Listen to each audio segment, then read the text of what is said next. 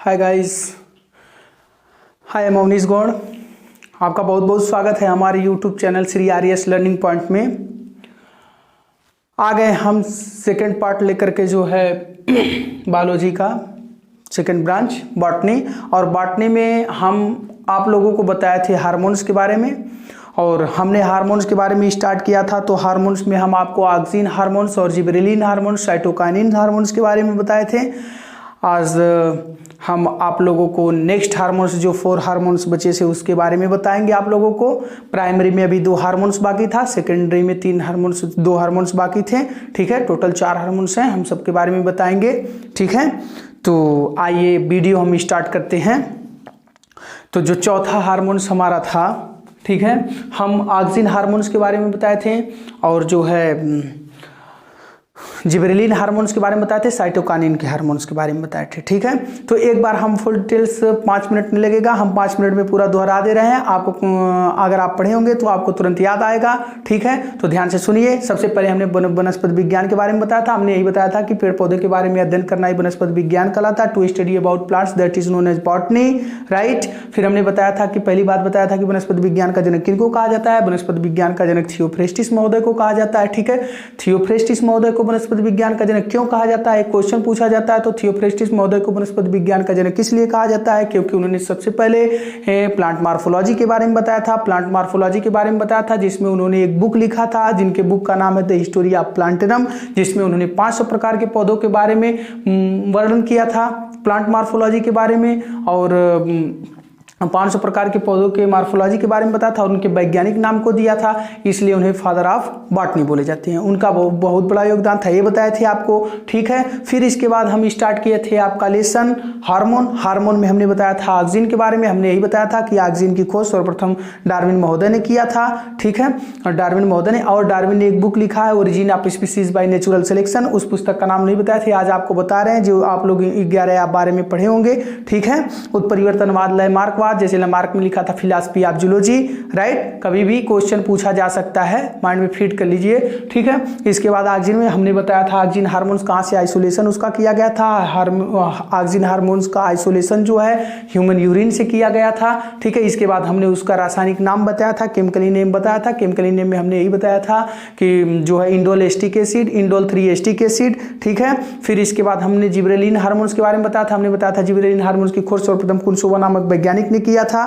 ठीक है, gibberellin hormone से यौगिक के रूप में होता है, कंपाउंड के रूप में होता है, जैसे GA1, GA2, GA3। ठीक, इसी तरह से।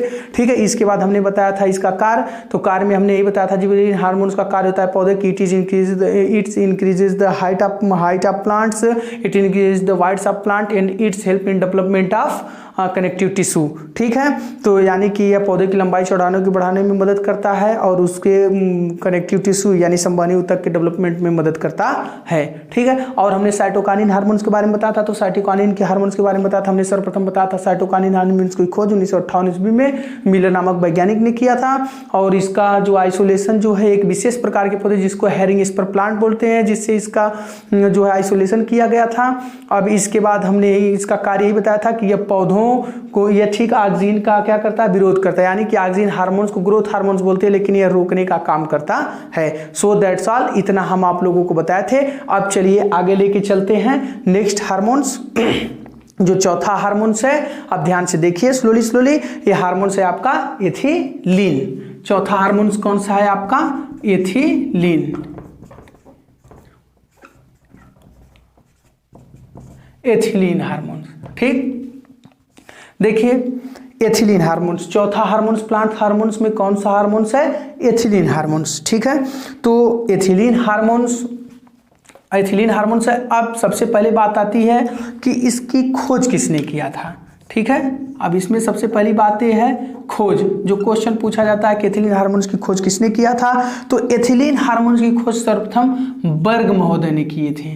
किसने किया था, वर्ग महोदय ने क्या किया था, बर्ग महोदय ने खोज किया था। ठीक है, एथिलीन हार्मोन्स की खोज किसने किया था, बर्ग महोदय ने किया था। ठीक है, नेक्स्ट क्वेश्चन, नेक्स्ट देखिए, एथिलीन की खोज किसने किया था, बर्ग ने किया था। इसका कार्य क्या है, नेक्स्ट देख लीजिए, कार्य, फंक्शन। एथिलीन का फंक्शन क्या होता है, यह फ्रूट राइपनिंग का काम करता है। फ्रूट राइपनिंग यानी फल को पकाने का काम करता है। फल को पकाने का काम करता है। फल को क्या करता है?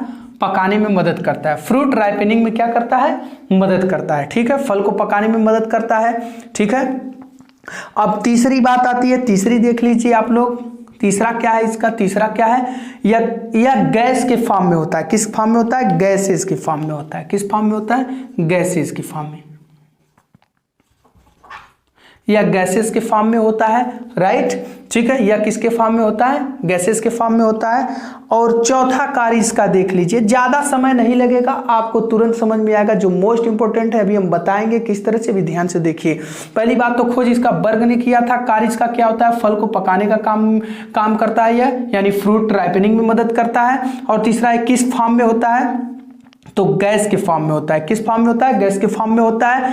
और इसको क्या, कौन सा हार्मोन्स बोलते हैं? प्लांट रिस्पायरेटरी हार्मोन्स बोलते हैं। कौन सा हार्मोन्स? एक और हार्मोन्स बोलते हैं प्लांट रिस्पायरेटरी हार्मोन्स। प्लांट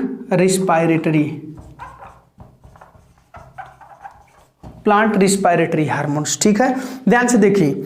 अब किस प्रकार से क्वेश्चन आता है, कैसे पूछता है, ध्यान से देख लीजिए। एथिलीन हार्मोन्स है चौथा हार्मोन्स। अगर पूछेगा कि एथिलीन की खोज किसने किया था, तो एथिलीन की खोज सर्वप्रथम बर्ग महोदय ने किया था, यानी बर्ग नामक वैज्ञानिक ने किया था, राइट। ठीक है, अब पूछेगा कि फंक्शन क्या होता है, एथिलीन का कार्य क्या होता है, तो एथिलीन का कार्य क्या होता है? फल राइपनिंग, यानी फलों को पकाने का कार्य होता है। ठीक है, फल के पकाने में मदद करता है। फलों को पकाने में क्या करता है? मदद करता है। अब देखिए एक क्वेश्चन पूछता है कि कौन सा हार्मोन्स है जो गैस के फॉर्म में होता है? तो कौन सा हार्मोन्स है? Ethylene hormones. वह कौन सा हार्मोन्स है जो सॉरी ये देखिए ग्रामेटिकली गलत हो जाए, ये देखिए उस तरह से गलत होगा, ग्रामेटिकली देखिए ये इस तरह से सही होगा, राइट। ठीक है, गैसेस। ठीक है, गैस के फॉर्म में होगा। ठीक है, यानी वह कौन सा हार्मोन्स होता है जो गैस के फॉर्म में होता है? तो एथिलीन होता है। क्या होता है? एथिलीन होता है। ठीक है, और एक और पूछता है क्वेश्चन कि प्लांट रिस्पायरेटरी वाला हार्मोन्स कौन सा है? ठीक है, तो ये कौन सा हार्मोन्स इसको बोलते हैं, या पूछ देगा कि एथिलीन को और किस दूसरे हार्मोन्स, प्लांट हार्मोन्स के नाम से जाना जाता है?